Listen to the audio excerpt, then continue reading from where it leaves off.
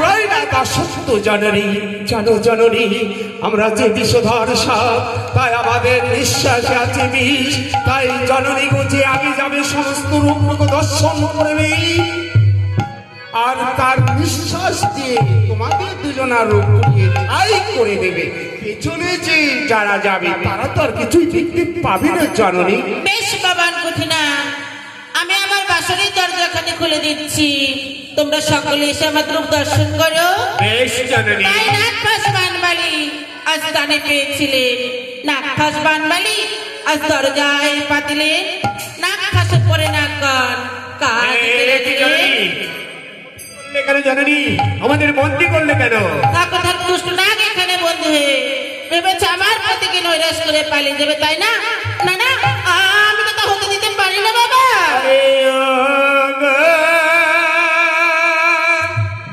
কেন এলাম দেহ লারে বা সরে গো, কেন এলাম?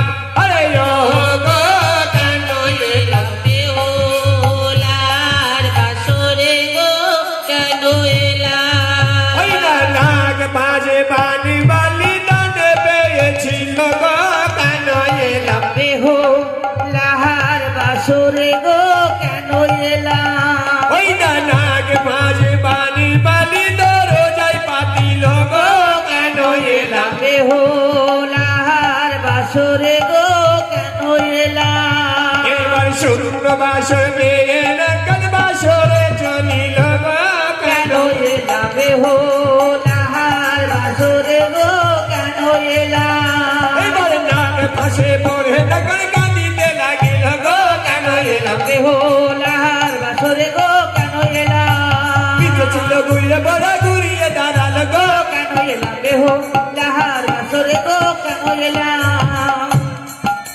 পিঠে ছিল ঘুরিয়ে বড় ঘুরিয়ে দাঁড়াল গো। কেন এলাম? বেহুলার বাসরে গো কেন এলাম? তাই যখন বেহুলা বাসনের দরজা খুলে দিয়েছে, সমস্ত নাগ একসঙ্গে ঝাঁপ দিয়েছে।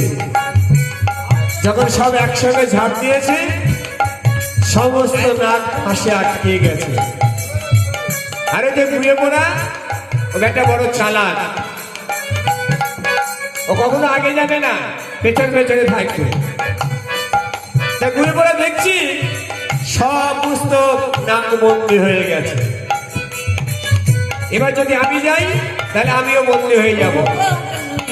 তো দরকার নেই বাবা লক্ষ্মীন্দরকে দংশন করা, আমি মাকে গিয়ে খবর দেব। ও গো কেন এলাম? বেহুলার বাসরে গো কেন এলাম?